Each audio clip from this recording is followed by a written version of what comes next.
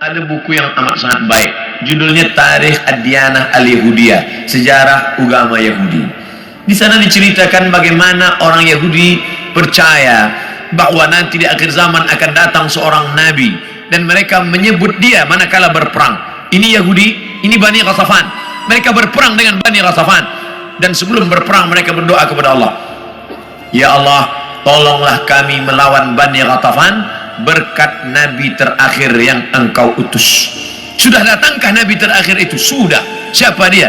Muhammad sallallahu alaihi wasallam. Mana buktinya? Husain padri Yahudi, dan dia ingin tahu apakah ini nabi terakhir itu. Dia intip dari balik pokok kurma manakala Muhammad sallallahu alaihi wasallam datang. Tala'al badru alaina. Yang lain menyambut Nabi Muhammad, dia perhatikan dari jauh, dia tengok tanda-tandanya. Selepas itu dia pun datang.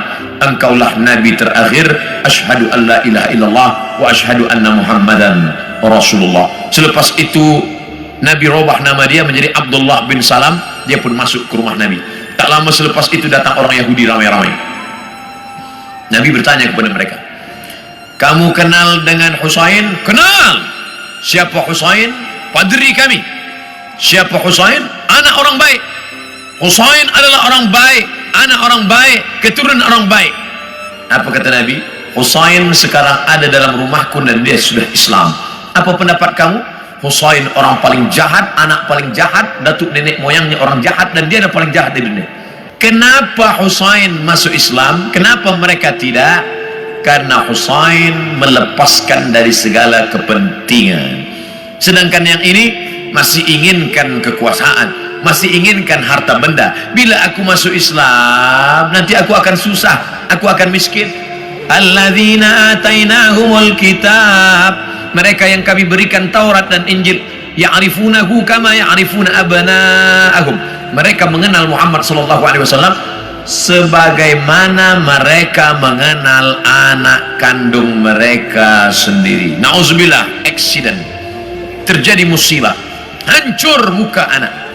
Lalu kemudian seorang ayah dan bunda datang ke hospital. Kami nak tengok anak kami. Betulkah dia yang kena accident? Nauzubillah. Belum buka wajahnya dah tahu ini anak kami. Dari mana? Dari jari kaki. Buka jari kaki, iya, ini memang anak saya. Dari mana puan tahu?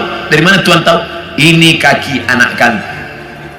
Mereka kenal Muhammad sallallahu alaihi wasallam lebih daripada anak kandung mereka sendiri. Mana bukti? Ketika Nabi Muhammad sallallahu alaihi wasallam dibawa oleh Abu Talib menuju Busra, negeri Syam. Sebelum sampai ke sana, mereka berhenti sejenak.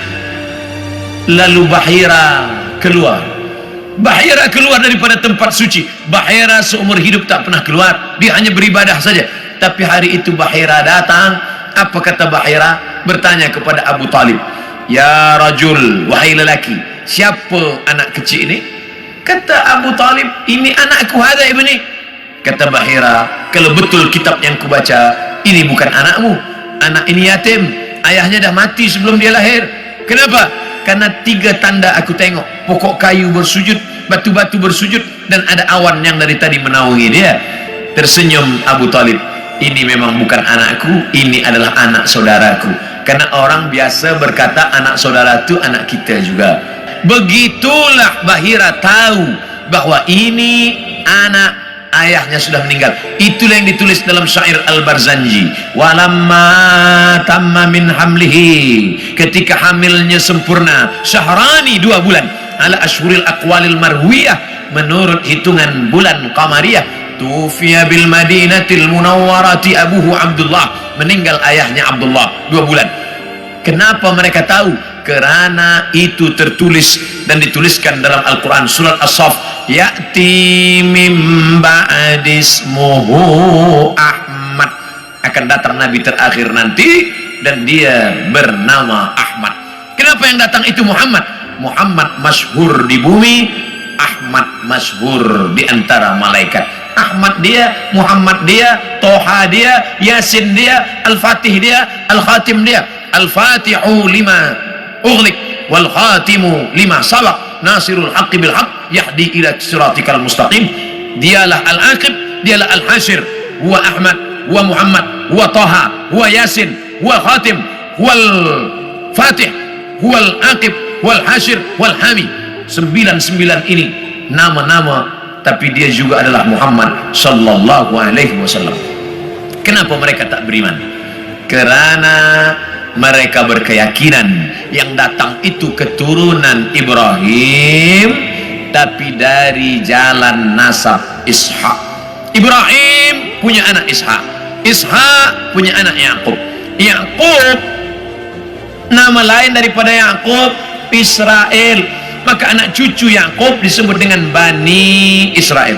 Yakub punya anak Yusuf, Yusuf punya saudara lelaki bernama Yahuza, cucu cicit keturunan Yahuza disebut dengan Yahudi. Mereka ingin nabi terakhir itu keturunan Ishak, Yakub, Yahuza.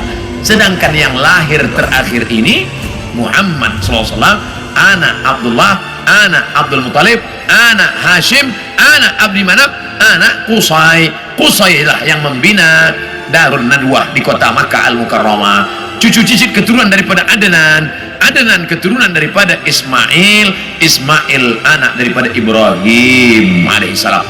Falamma ja'ahum ma arafu, ketika mereka didatangi, ketika datang orang yang mereka kenal itu, kafaru bih, mereka pun kafir dan ingkar. Padahal beza mereka hanya 2 simpang saja, satu simpang Ishak, satu simpang Ismail.